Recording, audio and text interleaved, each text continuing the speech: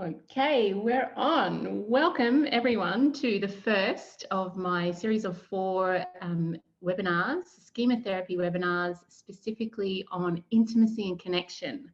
And today we are kicking off with the topic of criticism, so bypassing the scolding controller, discovering the unmet needs underneath criticism.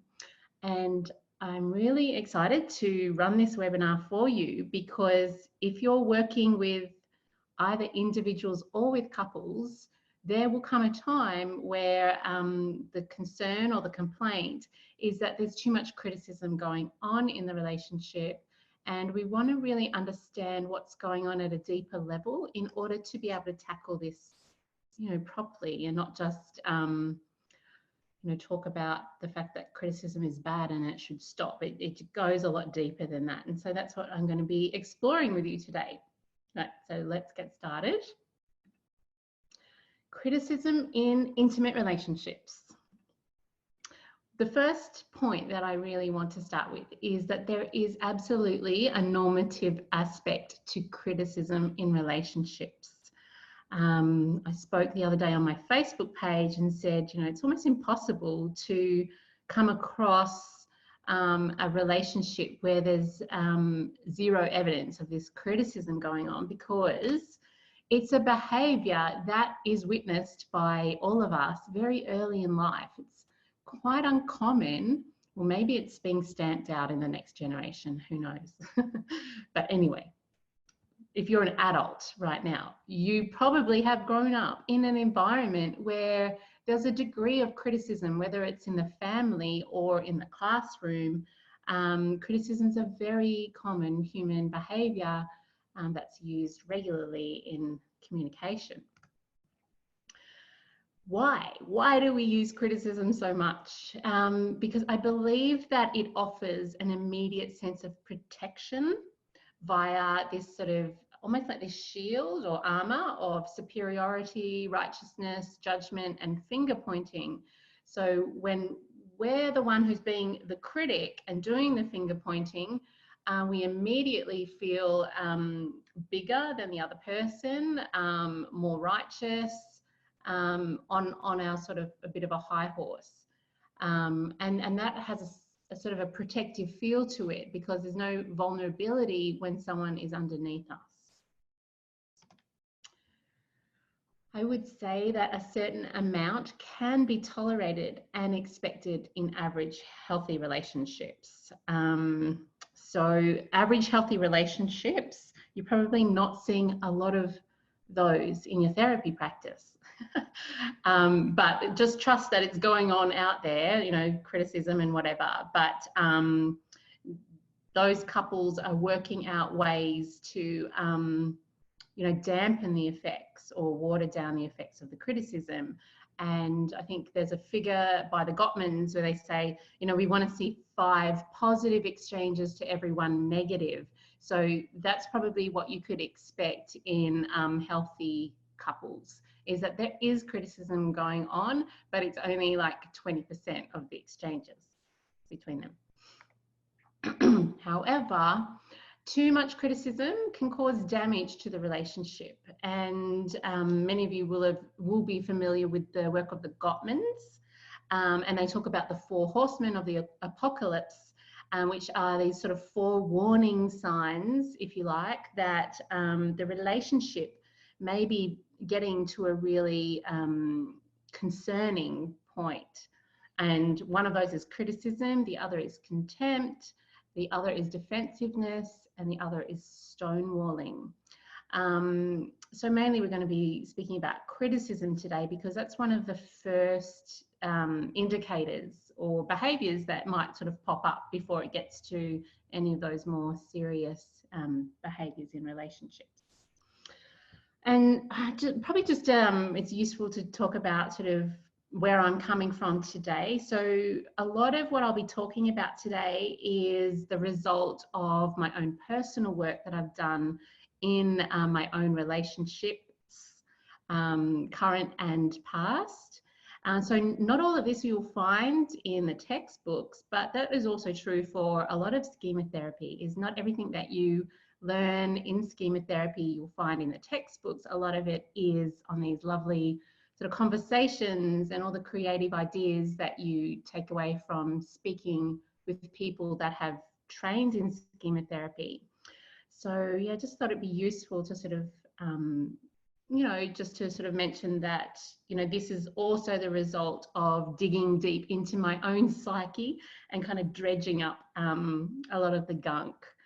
And here I am sharing it with the world. So pretty vulnerable, but isn't that how we learn better? Okay, so let's go. The Scolding controller is the name of the schema coping mode that we're going to be focusing on today.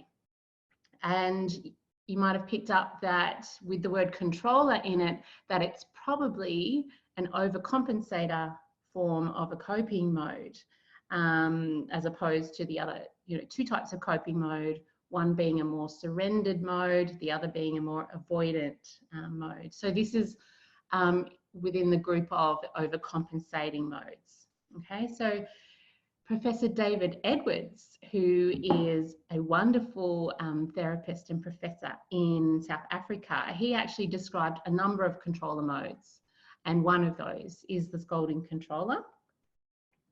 It's an overcompensator coping mode. It's designed to mask or hide more vulnerable feelings and or the schemas that may have been activated. So remember that overcompensator coping modes are the ones where we behave in the opposite to how we're feeling. So if we might be feeling vulnerable or insecure or inferior, then an overcompensator coping mode would be to behave in the exact opposite of that, which is superior and not vulnerable at all. Okay, so like all overcompensator modes, the Scolding controller provides an immediate short-term relief or gain, but long-term damage. And that's why it's really important for those of us working in therapy to pick up on it, to be able to identify if there's this criticism going on in the relationship. Because if it's not addressed, if it's not set limits on, and it goes for a long time, you know, there's plenty of research telling us what the results of long-term criticism is. This mode, this Scolding controller, uses blame, criticism, defensiveness, overemphasis on facts as a tool in the relationship, which can damage the relationship over time in the absence of any softening. And you might have noticed that the login password for today's webinar was soften, because that is the cure for the Scolding controller. The person who's doing the criticism would need to learn why they're unable to soften and express their frustrations or their viewpoint in a way that doesn't land in such a harsh way.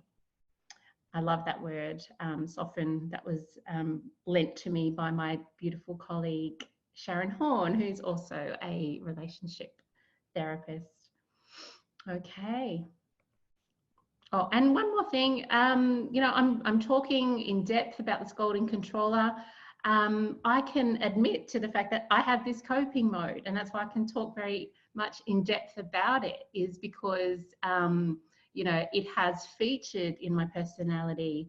So I think it's just really important to start having conversations about the fact that even therapists have these sort of, you know, problematic aspects to our personality, but we also have access to a lot of tools and, you know, teaching so that we can understand what's going on at a deeper level, so that we can heal it within ourselves and heal it with our clients. Okay, so I've got no questions so far, but feel free to type in any questions for the point that we get up to with the question and answer. All right, so the most exciting thing about today's webinar, or at least the first half, is that I'm going to be describing 3 pathways to this Scolding controller coping mode, and really understanding which pathway has led to the development of this coping mode is so important in your therapy with your clients, because it's going to help you to focus on what schemas to target.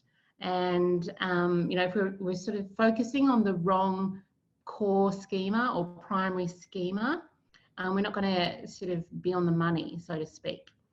All right, so the first pathway towards a scolding controller is a vulnerability pathway. The second pathway is an entitled pathway, and the third pathway is a stress pathway. And there could be a little bit of all three in a scolding controller mode, and that's what makes therapy complex. Don't you agree? Is that it's never sort of so categorical like that. But anyway, this is going to provide you with some, you know, direction so that you can have a sense of what pathway you feel that your clients have gone on to reach this sort of scolding controller mode. Okay, so let's talk about pathway one is the vulnerability pathway. Okay, so many of you are already familiar with the way that modes develop. If you've done some training in schema therapy. What we have is in childhood typically, or it can be later on in life, perhaps, that a schema develops, but most often we see this in childhood. There's an unmet need. So all of us have core emotional needs in childhood and in adulthood. And if certain needs were not met in childhood, such as validation of the child when they're upset, or soothing the child, or affection or acceptance of the child, or attunement to their emotions, or connection. If some of those needs were not met, then there is a chance that that would lead to the development of a schema.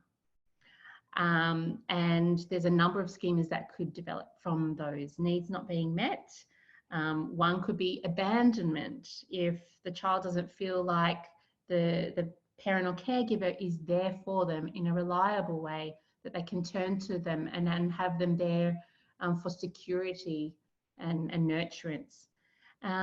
Or the child could develop the emotional deprivation schema, which is this sense that nobody understands me, nobody gets me, nobody cares about me. Or the child could develop a defectiveness schema. So they may feel like there's something wrong with me every time I am around a parent or turn towards a parent. I'm criticised. I'm told that there's something wrong with me. And if that's the case, the person may develop a defectiveness shame schema. So one solution to these schemas is to develop coping modes, which are your armor, which are your protection, if you like. And a scolding controller is one coping mode that is a possible outcome, even though underneath the surface there's a lot of pain, a lot of vulnerability, a lot of insecurity or anxiety. Instead of demonstrating that or putting that out there or showing the world, you know, how you feel, it may feel much more safe to develop this scolding controller mode, which is a way of putting the focus on the shortcomings of the other person in an attempt to feel okay or better. Okay, so is that making sense? Everything that I've done so far, just put a little yes or yep, got you in the chat box, and then I'll know that I'm not going too fast or too slow.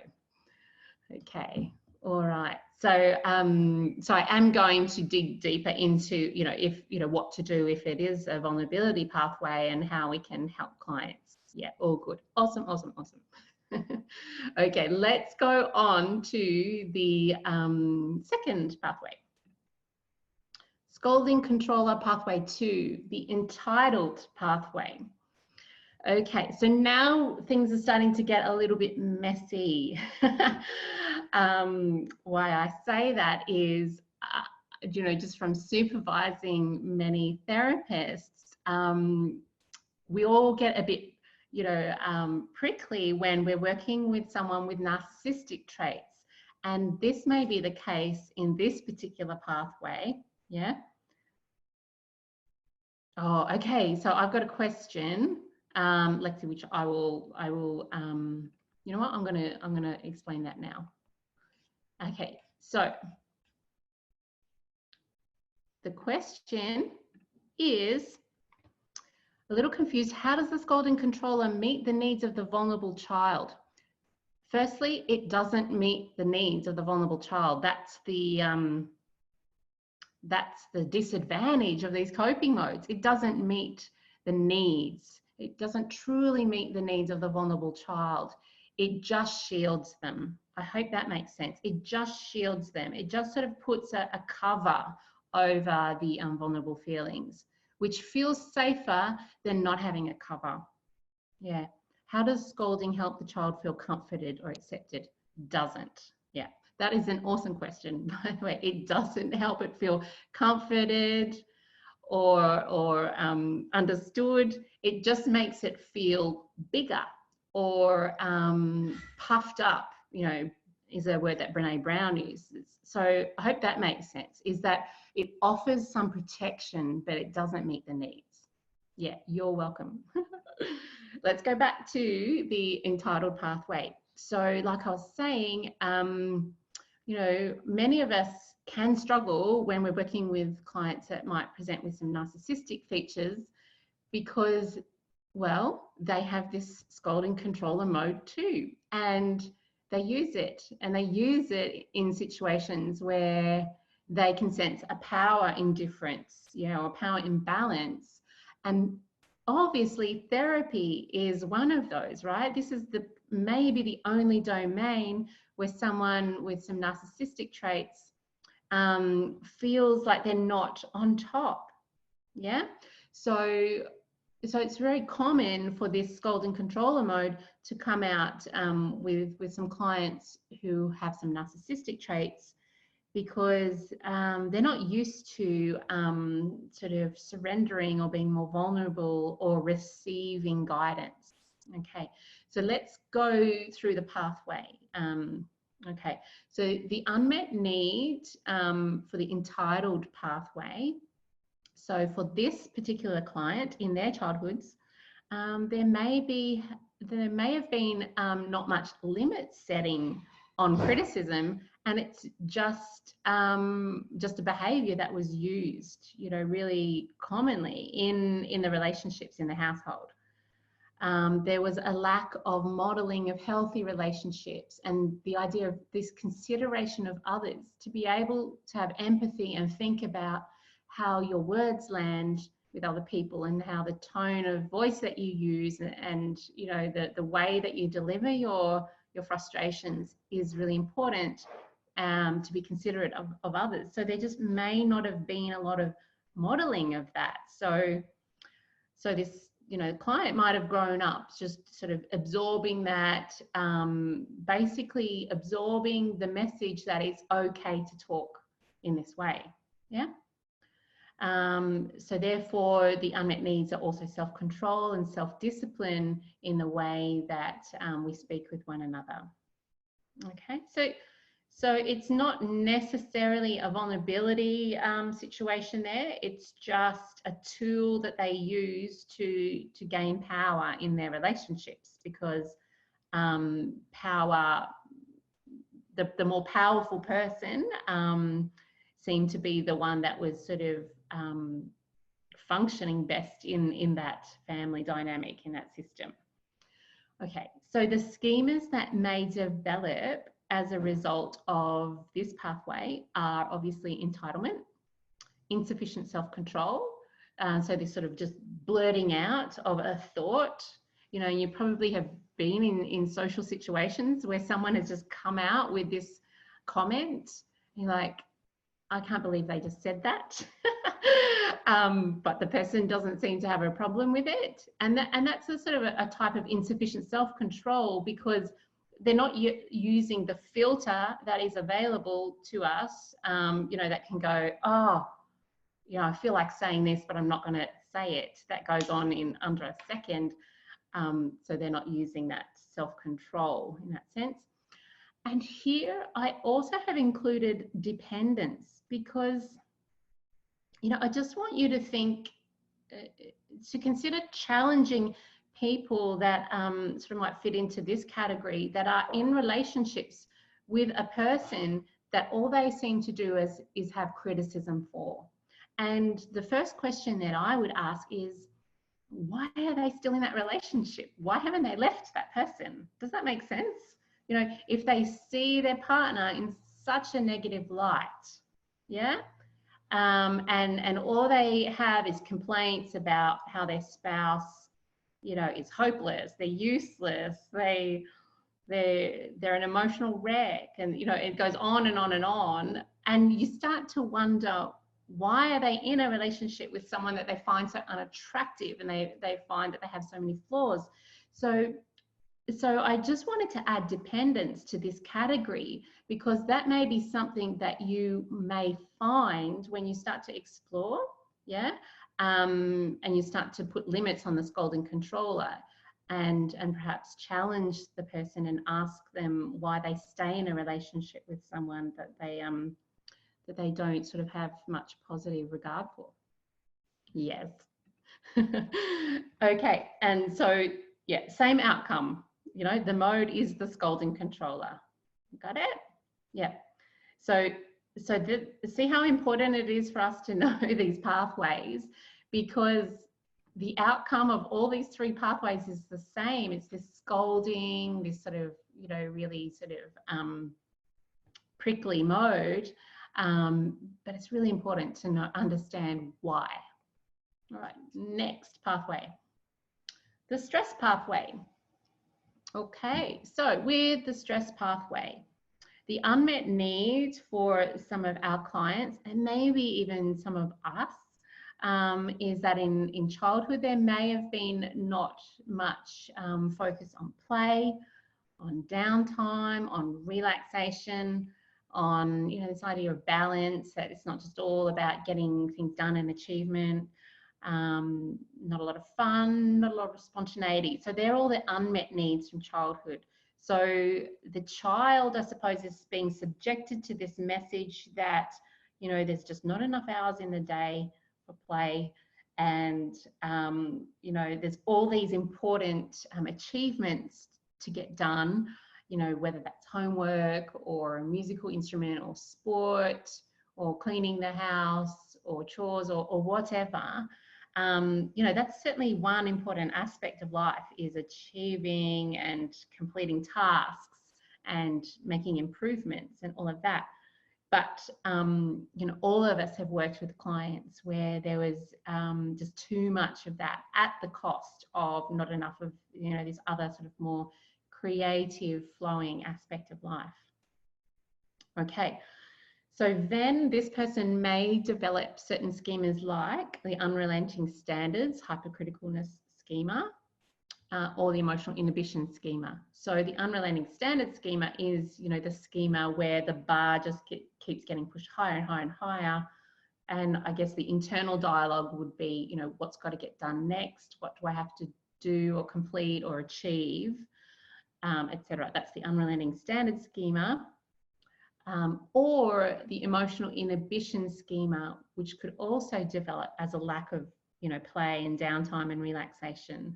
So because emotions, you know, emotional expression is kind of seen as a barrier to achieving. You know, if you take that really old-fashioned view, you might see that, you know, emotional expression and, you know, just being in your emotions is just getting in the way, just a problem for, you know, the more important aspects of life, which are achieving and striving and getting awards and things like that.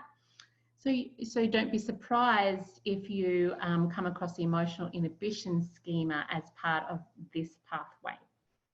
Okay, so imagine that you've got those schemas, then it would also make sense that the scolding controller mode is the outcome of that, because this person is so stressed all of the time. Their nervous system is on alert. Their attention and focus is constantly going to the outside world. you know, to the people, to the demands, to the mess in the house, to the task list at work, you know. So that's a lot of what we call high beta brain activity, high beta brain waves being activated in the person, which sort of switches on the nervous system and tells them that, you know, there's something problematic going on. Yeah. So wouldn't it make sense that that person would also fall back on the scolding controller mode, because, you know, all these unpredictable things are going to sort of come at them. There's going to be these sort of demands from their partner, requests from their child, whatever sort of pops up, and it's never convenient, you know, if you've got this sort of massive task list of things that have got to get done.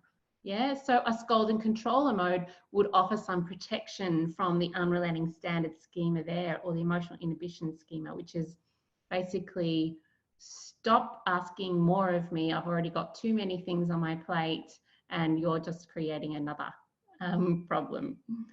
Yeah, which, you know, we can imagine is not going to go down too well in an intimate relationship, because our partners don't fall into like a schedule or a box, you know, that it's never going to be convenient, because they're just going to come to us, you know. And same with your clients. They just, you know, say you've got a really high-flying businessman, and he comes home and he walks in the door, and the children and his partner come at him in a bid to connect with him, probably, and he may flip into the scolding controller mode, because his mind is still full from, you know, all the demands of the outside world. Okay, I'm just going to have a look at some of the questions. So I'm going to pause here and speak to some of these questions. One of them is, are some people scolding their partner mentally but not verbally sharing it and still getting the reward of superiority? Oh, that's a good question. I don't know. I know that I've scolded my partner in my mind, but sort of acted friendly on the surface. And I really feel that partners can pick up. I mean, I'm not going to say partners can read our minds. No, of course they can't read our minds. But I really feel that if we entertain, you know, say for 2 or 3 days straight, we're entertaining really critical negative thoughts towards a partner, I really feel that that's impossible to hide in the exchange, you know, unless you're a full-blown psychopath. But really, I feel that in intimate relationships, that partners can pick up on so many subtle things. Yeah, so that's probably what I want to say to that. So you know, when I'm doing work on this mode myself, I'm actually being very disciplined in my own mind about how I think about my partner. You know, if I've got a complaint about him, I'll say, that needs to go on the table. If, you know, if I just keep thinking and thinking about it and not raising it with him, it's really unfair, really unfair to sort of give him the opportunity to work through it with me. So I really, that's an awesome question, because I feel that it does kind of leak out in other ways. Yeah, in other ways. So hang on. And getting the reward of superiority. Yeah. So then the next question is the tone of voice of the scolding controller different between the different pathways? Yeah, that's another excellent question. Like, the vulnerable is more childlike versus the stress is more an anxious tone, entitled, punitive, etc. That's a really good question. And I feel like if you're on the receiving end of the scolding controller, I really don't think you can discern that. I really feel like it would be landing the same way, regardless of what pathway it was. And that's why it's really important that we want to help people. You know, if it's a vulnerability pathway, but they're pushing their partners away, it's still going to come across as attacking. And I just recently worked with a couple where the female partner had this scolding controller mode, and there was so much vulnerability underneath it. But her partner was talking about how attacking she was. right? So usually it's only the therapist. Usually it's only the therapist that is going to probably be able to tease that apart successfully, because there's not the other person in the room. So you have the privilege of, you know, just being this sort of objective third party and saying, you know, tell me a little bit more about what's going on for you when you find yourself talking to your partner in these ways. I hope that helps, because yeah, I don't think there's enough obvious differences between the three. And the question, is that like the common criticism? He's like a third child. Totally. Like, if a client was saying that about their partner, we want to address that, because if that wasn't addressed and the person kept saying that, say for 1 year, 5 years, 10 years, you know, he's like the third child, that's absolutely going to interfere with the attraction between that couple. Say if it's a wife talking about a husband, for example, if she sees him like a third child, but isn't speaking more vulnerably about, you know, what she needs from her partner, then she's going to just, well, she's already viewing him like a third child, which means that she's not viewing him like an intimate partner. Therefore, it's really, you know, doing some damage to the attraction in that relationship. So you'd want to get underneath that and try and figure out which pathway is it for this person. You're welcome. Okay, next one. Loving this, Tracey. Woohoo. Awesome, thank you. Question is there a difference between the critical parent and the scolding controller? Awesome question. I noticed there seems to be various names for similar modes. Yeah. So I take the same view of David Edwards, which is to, whenever I'm talking about parent modes, I keep it, that's an internal mode about how I'm addressing my own vulnerability. Okay, so a parent mode is how we speak to ourselves. Okay, but a scolding controller looks exactly like a critic, an inner critic, but it's you know, to the outside world. So I wouldn't say that you're in a parent mode if you're interacting with a partner. You're in a coping mode, okay, because the interaction is on the outside world, not on the inside world.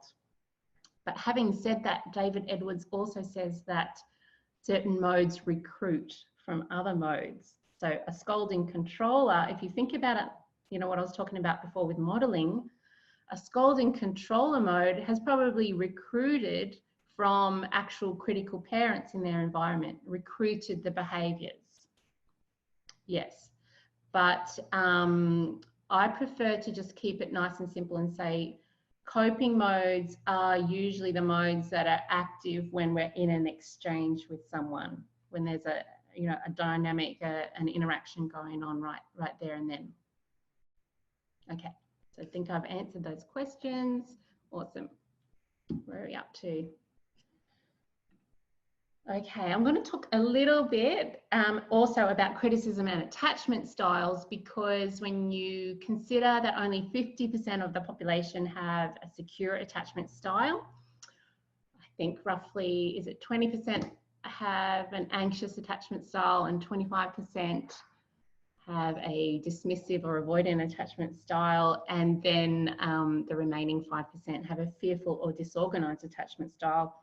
So when we have clients presenting to us with difficulties with intimacy and connection, there's a good chance that they fall into one of these more insecure attachment styles. Yeah.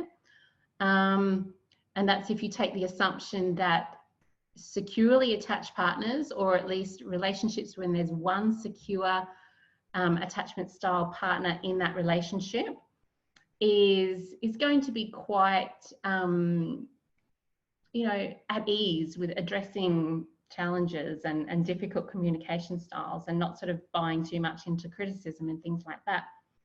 But for the rest of us, and, you know, I can share that I've got an anxious, preoccupied attachment style, and that's something that I've had to put a lot of work into overcoming, and they call it an earned secure attachment style when you actually do conscious work and develop a secure attachment style, and I love that. So, you know, I like wear that as a badge, but still my, you know, default attachment system gets triggered so strongly. It's, you know, incredible how powerful attachment styles are in relationships. So I want to talk to you a bit about how you might see criticism played out depending on what attachment style you're seeing in your client.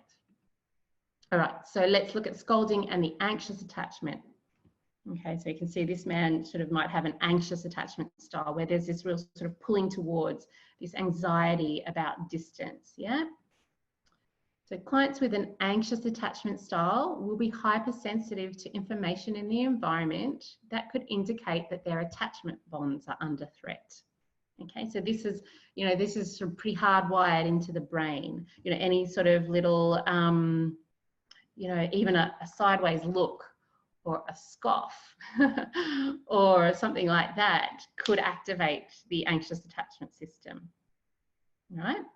Their nervous systems are geared towards ensuring a safe connection, like, you know, geared towards harmony and attunement and making sure that there's investment and committed to the relationship.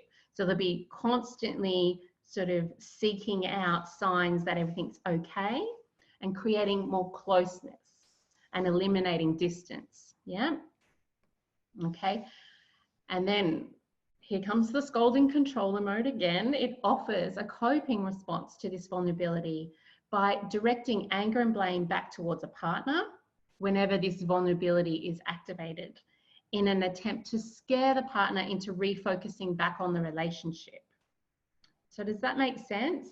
That someone with an anxious attachment style, instead of revealing the anxious attachment style and revealing the fact that they need more reassurance from time to time, or a little bit of reassurance goes a long way, and you know, just more softer ways of communicating their needs. Instead of doing that, they may sort of slip into this scolding controller mode, which, going back to that earlier question, it feels safer.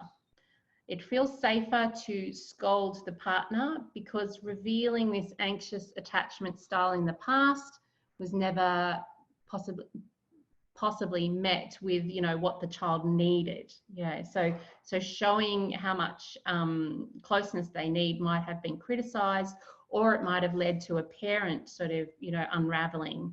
So they've had to learn to not show or demonstrate the fact that they are seeking reassurance and closeness.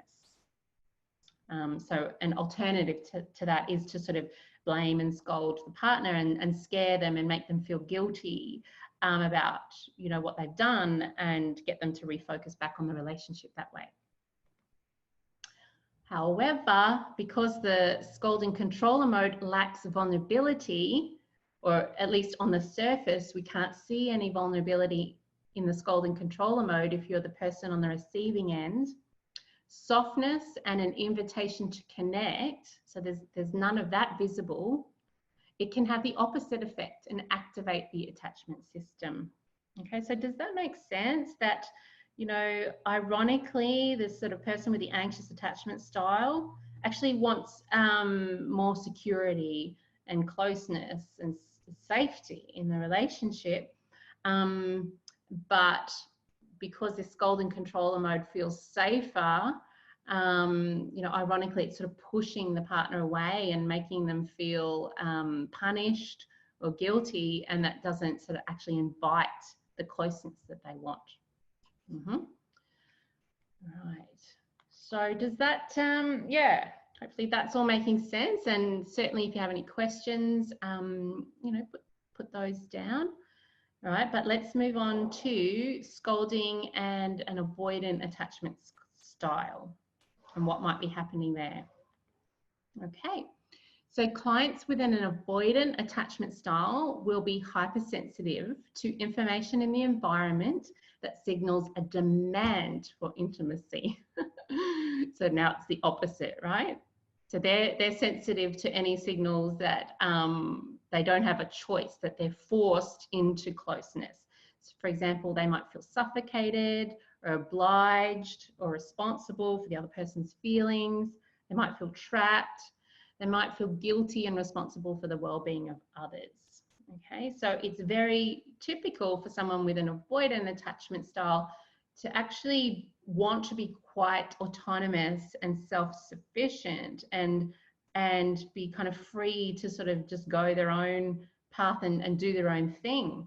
But you put them into an intimate relationship and all of a sudden, you know, there's a little bit of a dilemma for their attachment system, because it's just not practical or reasonable that they can seek distance and you know, just up and leave, or just go and get that sort of space without considering the impact that that might have on their partner. Okay, let me just see the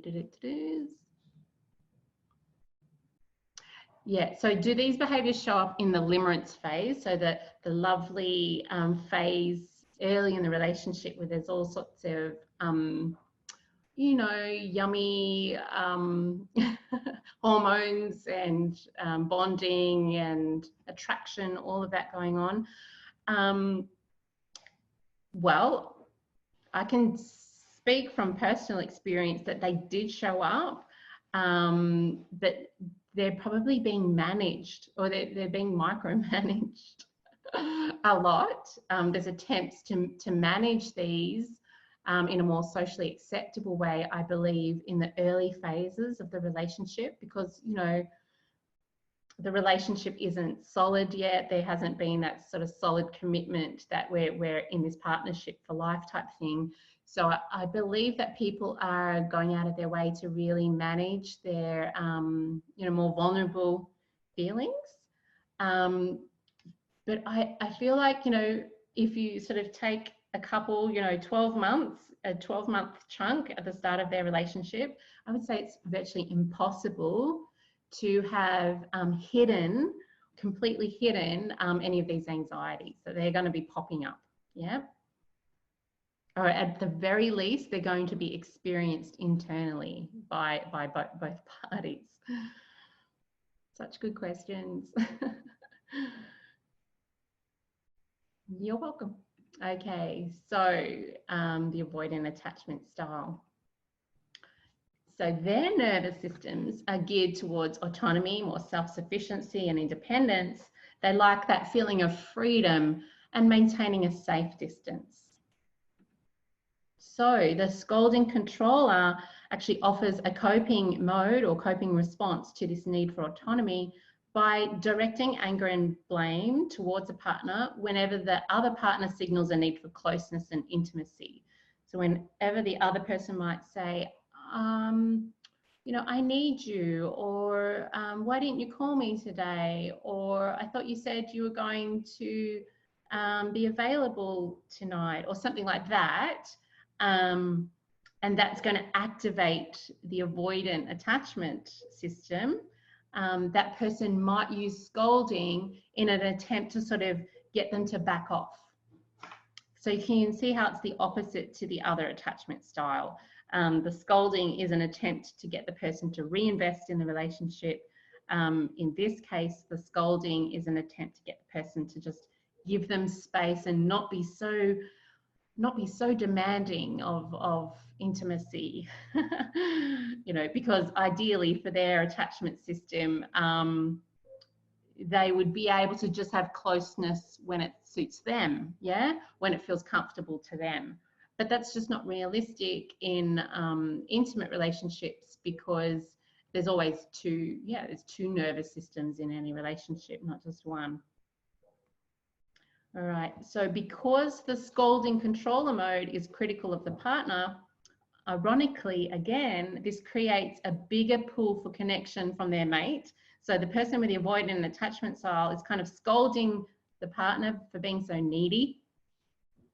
And if that person has an anxious attachment style, that's going to make them feel even more anxious about the attachment bond, and probably, you know, double down on their attempts for closeness, creating the opposite of the desired effect for space. So we want to be able to help our clients with these attachment styles to find other ways of communicating either their need for closeness or their need for distance in their intimate relationship in a way that's going to land okay with their partner. Yeah. So one comment is, I have often found the anxious and avoidant attachment styles end up in relationships. Yes, actually, that is my relationship, and we have worked through that. So, you know, you might read, you know, some articles that say, you know, that's impossible to achieve. It's not impossible if you bring consciousness and healing of at least one of the attachment styles or one of the attachment systems to the table, and at least one person has either an earned secure attachment style or a pure secure attachment style, then a thriving, healthy relationship is possible. But if they didn't reach out and get support, and they just kind of hung there in their anxious / avoidant, you know, relationship, well, you know, you just can see where it's going to end up. Yes, yeah. Okay, that's awesome. All right, so hopefully you're getting some ideas already about, you know, how you might sort of address some of these in the therapy environment. All right, so now let's talk about schema therapy approaches to bypassing the scolding controller, now that we know where it came from, yeah? And I'm not even suggesting that they're the only 3 pathways, but, you know, just in terms of my experience and what I've seen in clients and the literature, you know, they're 3 obvious pathways that can really help focus your therapy. All right. So what do we do once we discover it? And the ways that you'll discover it will be either the individual with the scolding controller mode might come in for therapy, but they might actually be quite vulnerable with you, the therapist, but you start to get a sense that the way that they communicate at home with their partner is probably more from this mode. So it'll be the one doing the scolding, or even if it's pathway 2, the entitled pathway, they'll come in and they'll just complain, you know, oh, you know, I'm just so sick of my wife or my husband, and they're this and they're that, and they've got all these complaints. So it'll either be the person who has the mode that comes in, or it might be the person who's on the receiving end of it. So these strategies are more for bypassing the person who has the mode. And strategies for dealing with being on the receiving end of that, if they're struggling with it, then I would suggest that that's more of a compliance surrenderer mode, that they're not confident in how they assert themselves. And that's something that I'll be going into more in depth in my next webinar. All right. So before we go on, the question is, would the scolding controller present as abusive in a fearful, unresolved attachment style? Yeah, I suppose. I mean, a lot of the time, you know, people with this sort of fearful attachment style struggle to develop long-term relationships, but that could be a possibility if they were in a relationship with someone with an avoidant, anxious, preoccupied attachment style. Then abuse, you know, more abusive scolding could be one technique to keep the relationship going. Yeah. All right. So these 4 steps that I want to speak about today are these. The first step is that we want to identify this mode and name it. You know, in schema therapy, we love giving our modes names because they have meaning and they help us quickly, you know, get to, you know, compartmentalize this part of the personality that needs dealing with. And also not only compartmentalize, but separate it, you know, get this differentiation. It's not entirely who you are, it's a part of you. And that's so helpful to be able to just pull out one part of the personality and talk about it as a separate part, as opposed to the idea that this person is nasty. right? And Dan Siegel talks about differentiation and integration being the two hallmarks of well-being.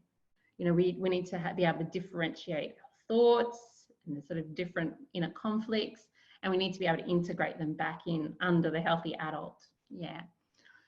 So we're going to start by identifying it. That's the first place that we start. The second part is that we would explore the pathway that led to this mode, just like we've done, and the underlying schemas that might need to be healed. The third part is that we always want to empathize with a coping mode, even in narcissistic clients, even in clients with entitlement. We need to have empathy for all of them because, you know, if they were modeled criticism and scolding and behaviors like that, and they've witnessed that from the minute they were born, that this was a normal way of communicating in relationships, we really do need to have empathy for the fact that it was the job of their parents to sort of raise them and teach them how to communicate in relationships and to model that for them. But now that they're in therapy, it's now their responsibility to do something about it. So we can sort of both empathize and challenge it. And then we want to bypass it. Yep. All right, so let's go. So one possibility is that you might want to do some imagery to explore the origins of this mode. So that could be as easy as you just sort of saying, you know, I noticed that there's sort of, you know, a lot of criticism and scolding that goes on in your relationship. And I wonder if we could just do an imagery right now. If you could just close your eyes and float back to your childhood and, you know, bring up a scene where maybe someone in your family might have been speaking in this way. What do you see? Who is it? Okay, how are they speaking? What's going on for the other person? Okay, and what are you noticing? And what are your thoughts about the person doing the scolding? And what are your thoughts about the person on the receiving end? Okay, now let's float back into your current relationship, you know, and just pay attention to what you notice, you know, how you feel, what's going on for you when you're communicating in this way. What do you feel might be going on for your partner when that's happening? So that, you know, that's just an image, you know, where you could just take an event from their current life, float back to childhood, explore how that mode was either used to protect from feeling vulnerable or modeled. And ask what that child in that image needed from the parents or the caregivers. And then when you come out of it, you can debrief the imagery in relation to what the client needs in their intimate relationship now. What is it that you need more of? Do you need to soften more? Do you need to repair more? Do you need to actually be more assertive and communicate more directly about your pain rather than scolding? All right, so this is where we usually start, okay? So I'm just giving you an image, you know, with my nice basic chairs. This is where we start in therapy. You're the therapist on the right and your client is sitting in their usual client chair, and they start to give you snippets of this scolding controller mode. And you just become curious. And I guess you just use Socratic questioning to start trying to reveal this coping mode, what its functions are, how it's helping them or how they believe it's helping them, and the impact of it. So you might start asking questions like, well, you know, so Jane, I've noticed that you sort of are talking about your relationship and you've said, you know, about your husband, he's like, what is it, a third child. You said he's like a third child. And I'm wondering if that sort of spills over into your communication with your husband and how that might come up. And she might give you a couple more examples. And then at some point you would say, you know, I wondered, Jane, if we could sort of, you know, capture that part of you or sort of separate out that part of you and give that side of you its own identity. Because I know that it's not all of who you are. I know it's not how you speak to everyone all of the time, but it is sort of this mode that's coming out in your intimate relationship. So I'm wondering if we could sort of just start to, you know, separate out that part. And if you were to give that part of you a name, you know, what would you call it? And, you know, this can be an uncomfortable part of therapy, because now you're getting this person to actually reflect back on themselves. Actually, now the focus is no longer on the husband who's like a third child. Now the focus is on your client and actually unpacking this particular part of their personality. So that it can be met with a bit of resistance, but I really feel that that's the work of us as therapists, is to push through the client's resistance, because it's causing a problem, and that's why they're coming to therapy. So, you know, schema therapy is really clear about working with modes and really clear about giving modes names. So I would, you know, persist with that and say, well, we don't, you know, we could just call it a protector mode if you wanted to call it that. But some other names that my clients have come up with is the harsh mode, or the critical mode, which I know can get a bit confusing with the parent modes, the scolder, the mean girl, the angry, you know, Roger, etc., etc. So the point is that you can be creative in giving this mode a name. It's better if the client kind of comes up with it, because, you know, they're not going to be too sensitive about the name that they've come up with for their own mode. But, you know, if you say, can we call it the nasty girl? And then your client's like, oh, thanks. So probably better that you sort of invite your client to generate their own term for their modes. But once you start doing this, now look, what happens is that there comes a point where it seems natural and not too clunky to introduce a third chair. Can you see how that would happen? That, you know, it's not just something that you don't just pull out a third chair the minute they give you the first example of this mode, but it's more of a process of collaborating with the client and exploring the pathways and all of that, and then you can sort of separate it out and say, okay, so it seems like there's this part of you, and we're going to call that prickly Jane. We're going to call that prickly Jane. Okay. So now we've identified it, we've labeled it, and we've got a separate chair for it. Okay. So feel free, you know, at this point to sort of raise your hand, put your hand up, or type any questions if if you have a client that you're thinking, how would this work for them? All right.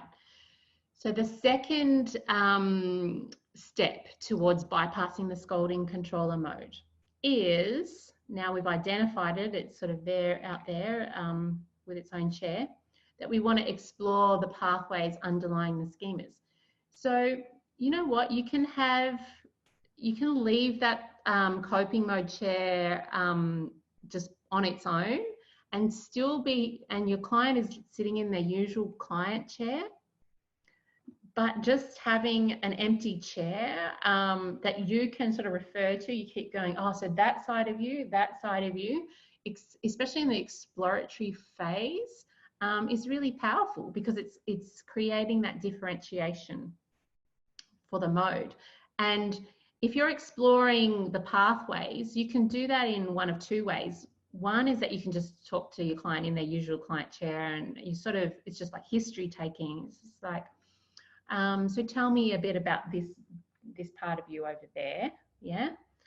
And they're giving you an account of it. But for those of you who might be aware of Scott Kellogg's work in chair work, he teaches just these direct dialogues with the parts. So in this instance, you might have your client get up from their usual client chair and say, you know, I wonder if Jane, I could get you to come and sit over here, because I really want to talk to prickly Jane today. Yeah. So then she would get up and move to this chair. and then you would interview this mode as if you were interviewing someone for the first time. So you might say, hello, Prickly Jane, it's good to meet you. Just wondering a bit about, when you first appeared in Jane's life. And how did you help? So that's a really important question. How did you help? Because the coping modes always helped.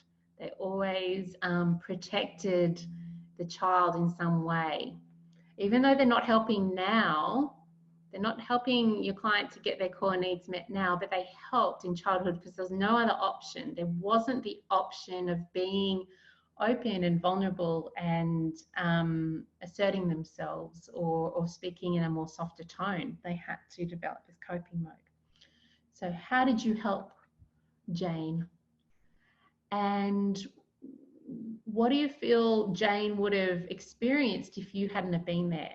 What would it have been like for Jane if you hadn't learnt to use scolding and criticism? Okay, so that's another really important question, is that you're starting to understand what schemas Jane would, and what pain Jane would have to be tolerating and integrating on a daily basis as a child if she didn't have this coping mode. So when they start to tell you about the suffering that they would have experienced if the coping mode hadn't come on the scene, then I think it's just really powerful if you can say, wow, that makes sense. No wonder you learnt a way to protect Jane. No wonder she didn't want to feel that, and you really helped her. Yep. Okay, so that's part of the interviewing process. So you really get a sense of where it came from, the origins of it. But at some point in this interviewing process, you want to bring it into the current life, into the intimate relationship, in the here and now. So you might start asking questions like, I wonder if you're still helping. I wonder if you're still helping Jane as much now in her life, now that she's in a relationship with Jack, as you did help her in her childhood. Or I wonder if it's possible that you're not helping. Okay, so this is another really important, it's almost like a motivational interviewing question, where you're starting to explore the pros and the cons of this coping mode. Yeah, and I really feel that this is important. And let me talk briefly about, I was supervising someone recently, and they spoke about a client who had this coping mode, this scolding controller mode, and it seemed to be from an entitled pathway. And this person didn't seem to think that there were any disadvantages to this mode. She didn't seem to care that the way that she came across might be hurting her partner. And it didn't. So I guess the advice that I gave that person when it's the entitled pathway is, if you can't get any leverage from the client about why they should bypass this scolding controller mode, if there's no leverage, if there's no payoff for the client, why would they give it up? There's all these advantages that come with the scolding controller mode. They get to kind of not have to do any hard work and think too much about how they come across, and they get to sort of maintain this more superior position in the intimate relationship. So if it's the entitled pathway and there's zero leverage, in other words, they don't care if the relationship ended, then I don't know, you're probably just at a standstill. I've got nothing.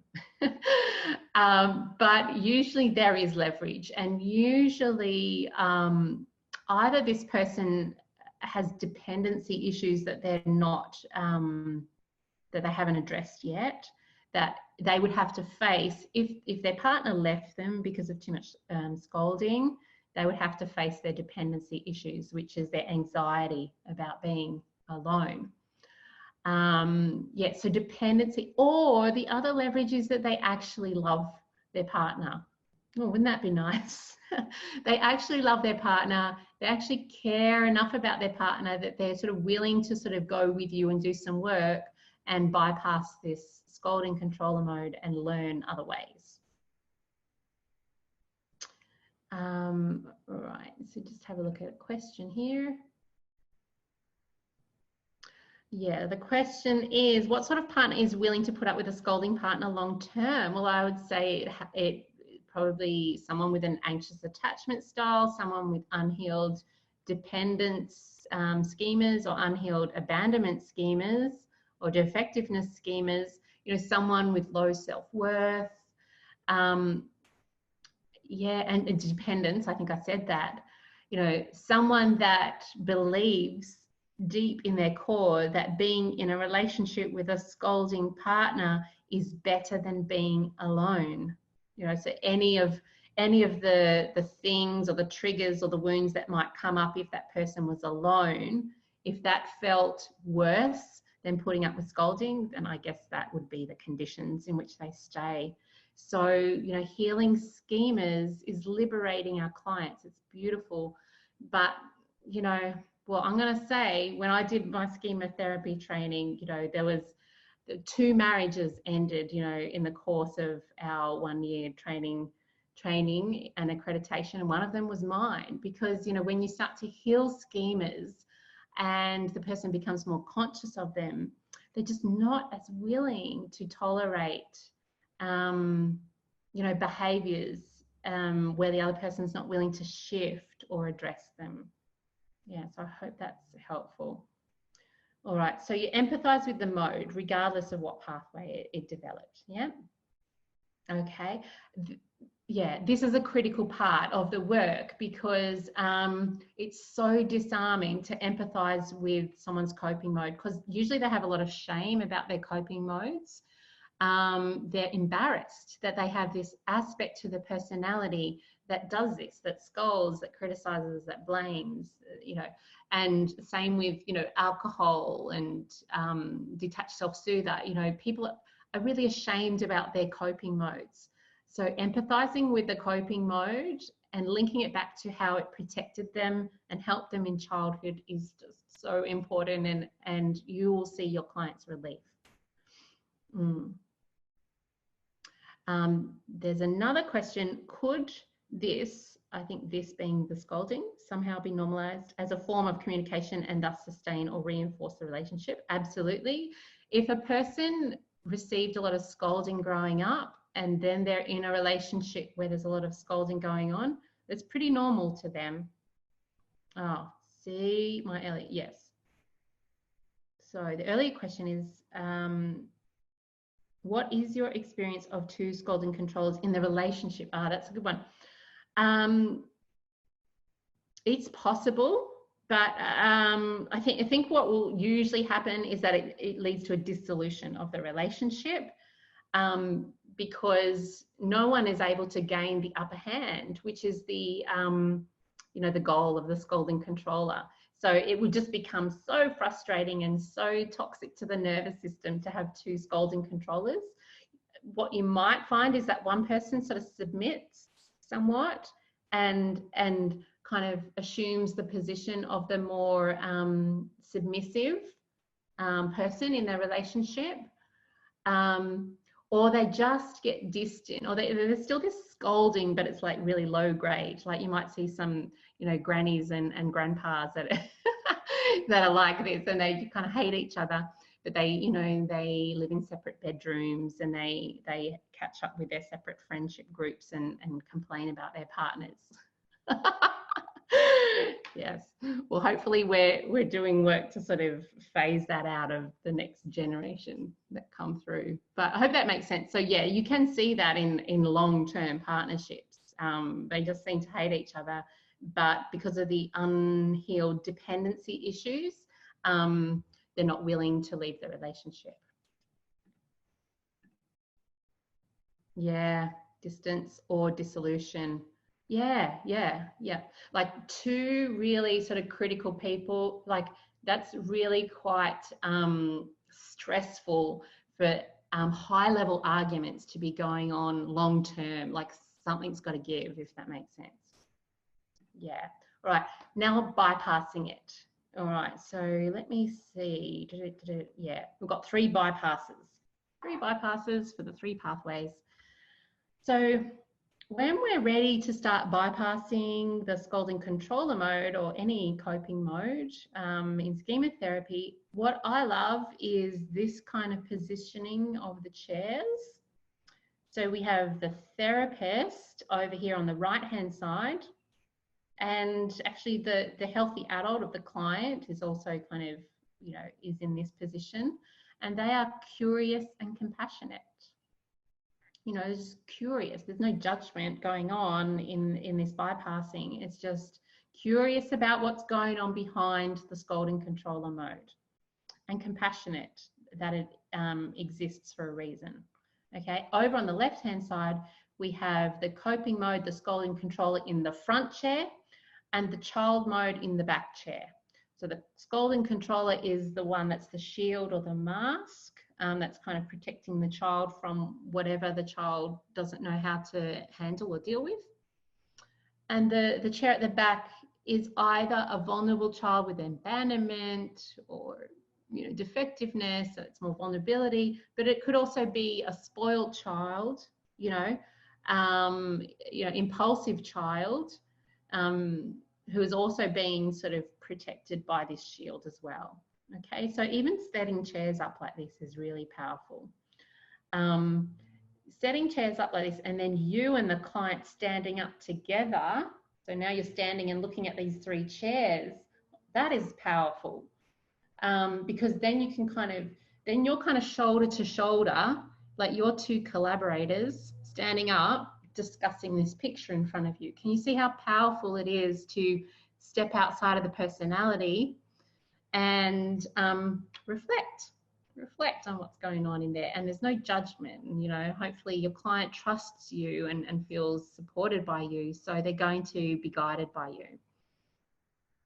But I'll also use this. I might sort of get the client to get up, and I'll say, can you go and sit in the coping mode chair? Can you just go and sit there? And then that's really powerful, because then I'm like, okay, you know, I can't see really what's going on behind you, because like all I really see is this scolding or this sort of harsh, you know, words, but I know that there's something important going on behind it. It's just that I can't see her. So I might even get up and just pull out the back chair, the child chair, just slightly, you know, put it offset to the left or whatever, so that I can then start speaking to the child mode. That is so powerful, because now you're getting a real sense of the layers. Yeah. Okay, so let's talk about bypassing when it's vulnerability. All right, so please just keep the chair image in your mind in terms of the positioning of chairs. All right. So if your client is sitting in the scolding controller chair, you might sort of say this to them. You might say, so prickly Jane, so when you were growing up even in your current relationship, you developed this side of you to protect you from upsetting feelings and your fear of being rejected or punished or abandoned or dismissed. Is that right? You know, I mean, just that alone is powerful. Just to acknowledge that it was there to protect them. And they'll usually say, yes, that's right. So little Jan feels scared. So little Jan, the part, you know, the chair behind you, the little girl behind you, she feels scared or small or unloved whenever your partner forgets to put the rubbish out, or whenever your partner doesn't give you a hug when he gets home. Yeah. And rather than you show him your true feelings, it feels safer for you to point out what he's done wrong. And that can come across as harsh and push your partner away. Does that sound right? Someone with the vulnerability pathway could be in tears by this point, because you are starting to see their unmet needs. You are starting to speak to the vulnerable child. Yeah. And they could be in tears because maybe it's the first time that they've realized that this is what's going on, but also they might feel really bad about the scolding controller mode. They might start to feel really bad that they do this in their relationship because they might have a lot of care for their partner. And that's good. That's the work of the therapy. Okay, so sometimes when I have someone seated in the coping mode chair there in the middle, if they started to cry and become vulnerable, depending, just feel into this, whatever feels right with your client, but I might have them come back to their regular therapy chair. If they're crying, I feel like I'm accessing more vulnerable child. I feel like it would be more useful to have them in their usual therapy chair, which I identify more as being the healthy adult, the part of them that's come to therapy. So if they start crying, I don't want them to kind of stay necessarily then at that point in time in the chair of the scolding controller. I might say, come back over here. Yeah, just quickly, you just come back over here. And that just intuitively makes a lot of sense to the client as well. But sometimes you might feel like that's too disruptive and you'll just have them stay there. Yeah.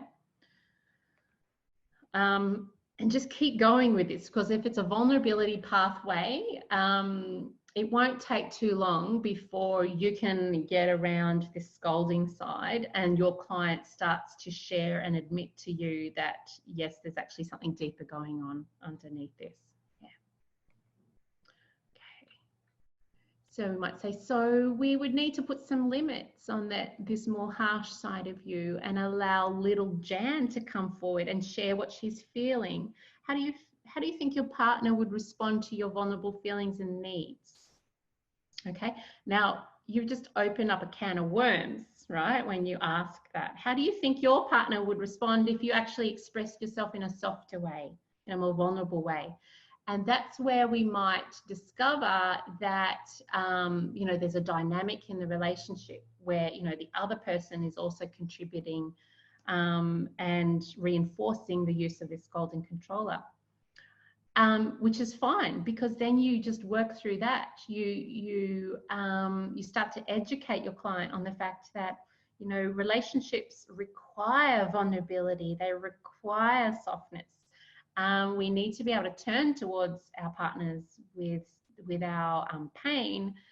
And so let's talk more about whether you feel that this is a relationship where that's a possibility, yeah? Where you feel like if you communicated it in a certain way, communicated your needs in a certain way, that eventually it would land with your partner. Because, healthy adult dialogues don't just happen once in a relationship and then it's all sorted. This is like, this is ongoing work. It's just this faith that underneath the unhealthy relationship dynamics, that there is enough love there and enough of a potential for a healthy relationship.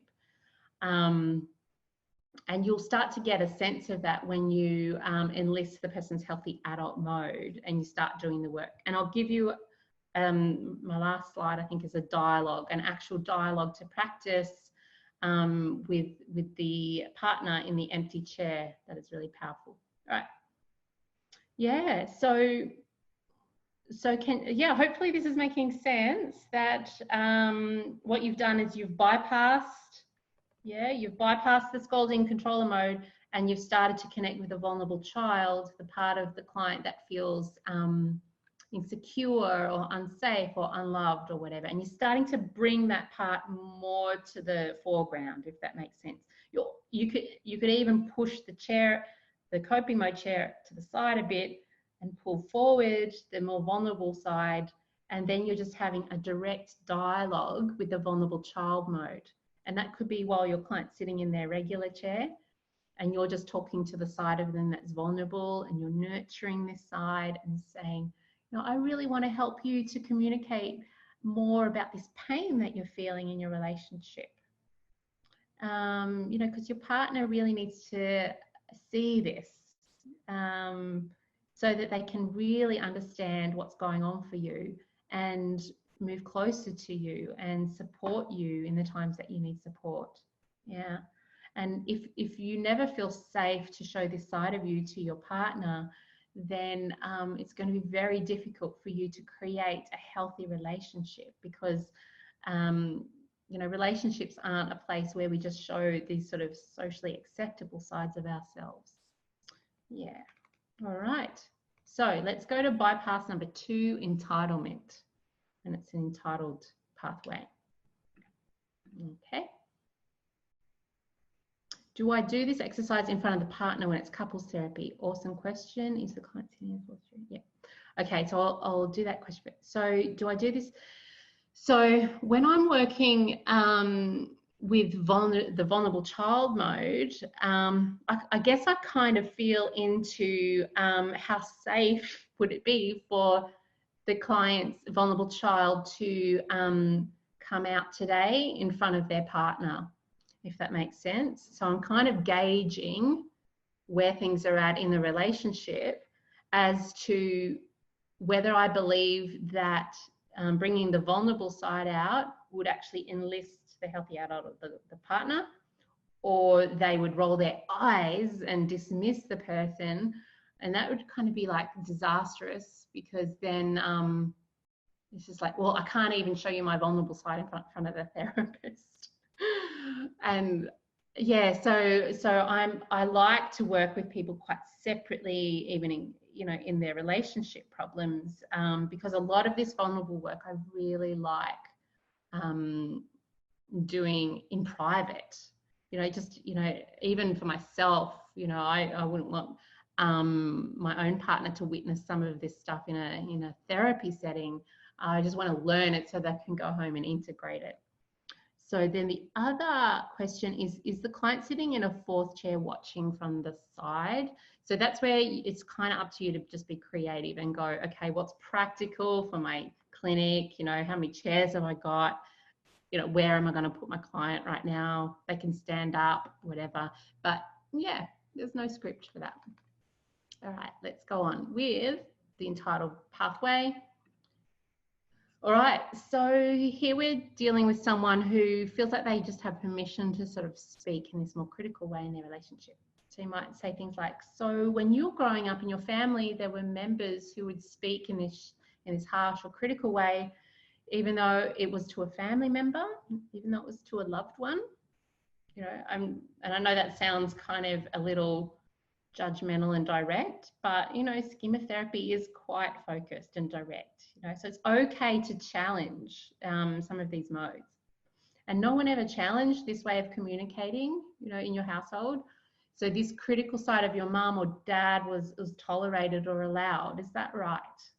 You know, so this is a Socratic style of questioning, because you're kind of leading the person with your answer, isn't it? But you know where you want to take them.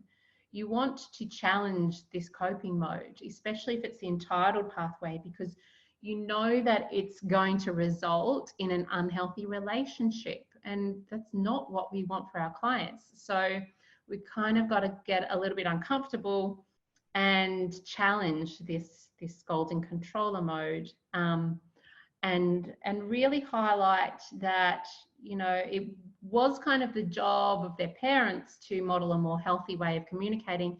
They didn't do that, and therefore the message was that it was allowed or okay. So you might say, so growing up, little Dave watched this play out and learned that it was okay to speak in this way, and maybe also that the person who was speaking in this way was at an advantage. Does that sound right? So you're sort of addressing entitlement there. You're sort of saying the person who was doing the scolding, you know, to a child, they can kind of see how helpless the person on the receiving end of that is. So they're probably going to identify with the one that's doing the scolding and start to model more from that person's way of relating. All right. What do you feel little Dave needed to see from his mum or dad in terms of the tone and the words that they would use when speaking to each other? Okay, and asking that question, you're going to start to get a sense of if there's any leverage. Because they might say, Well, I don't know, like my mum deserved it. My mum deserved to be spoken in that way. She was so whatever. And then you say, okay, and how about in your relationship? You know, is there anything that you feel like the healthy side of you needs to learn now in your relationship? And you'll get a sense of whether there's leverage or not. So they'll either say, yeah, I suppose, yeah, I don't want to really speak to my wife in the way that my dad spoke to my mum. So great, you know. Or if they're like, well, she deserves it, and if she didn't do this and that all the time, or if she was less emotional, then I wouldn't need to be so scolding. Then there's just not much leverage, and there's not, then you've got to start to ask, well, how can I help you in this therapy? Because you're not working directly with the spouse, so you can't fix them and their problems. So you've got to sort of start to ask questions like, I wonder what I can most assist you with in the therapy. Yeah. Okay. You might ask them, what could be the outcome if you weren't able to set limits on this side? So you're wanting them to start to think about whether there is, in fact, any vulnerability, or she might leave me. Okay. And what if she did leave you? What if she did leave you because she didn't like the criticism and felt so, damaged by it? And if they said, well, I don't care if she left, then again, you're at a standstill. But if they said, I wouldn't want her to leave, you say, okay, well, we really need to work on this side of you, because there's plenty of evidence that this side leads to the deterioration of a relationship. Then you might say, look, this is a challenging question. You might say, what stops you from leaving your partner now if you do not feel much love for them anymore? So you're actually addressing any hidden dependence. If they have such a negative view of their partner, then we would want to ask the question, why do you stay? Why do you stay with this person? And you may discover that that there's this sort of dependence. Yeah, you love it. Okay. So, I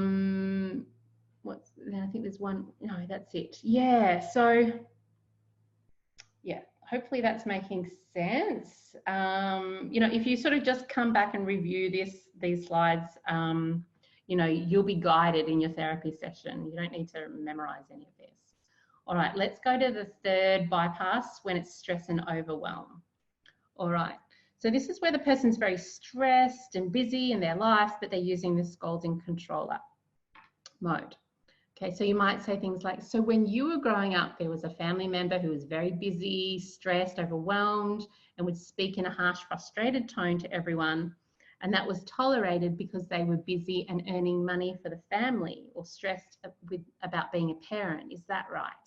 So you're sort of establishing the fact that this scolding was actually a communication style used by someone who was busy or stressed. You might say, it makes sense that you may have also learned to interact in this way in times of stress. I wonder what impact that might have on your relationship over time. Okay, so we would want to recognize every time the scolding side was venting frustration and projected all this stress onto your partner, and make a repair and take ownership of your stress. Would you like to learn how to do a repair? And this is just really simple, and it can lead to some really rapid shifts in the relationship. All right, so we're almost at the end. I'm probably going to go for another 10 minutes. So don't worry if you need to take off, okay? Just another 5 or 10 minutes. If you need to take off, you can watch this little last bit at the end, on the recording. So don't fret. If you need to take off and you've got things on. Okay, so let me just go over. Great question. I find that they say money or kids rather than reveal their dependence. Yeah, okay.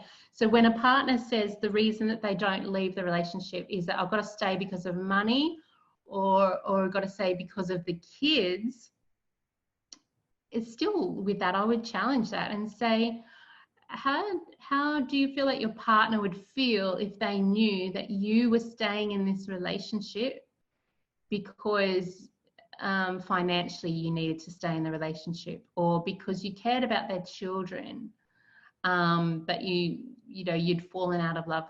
How do you feel like your partner would feel hearing that?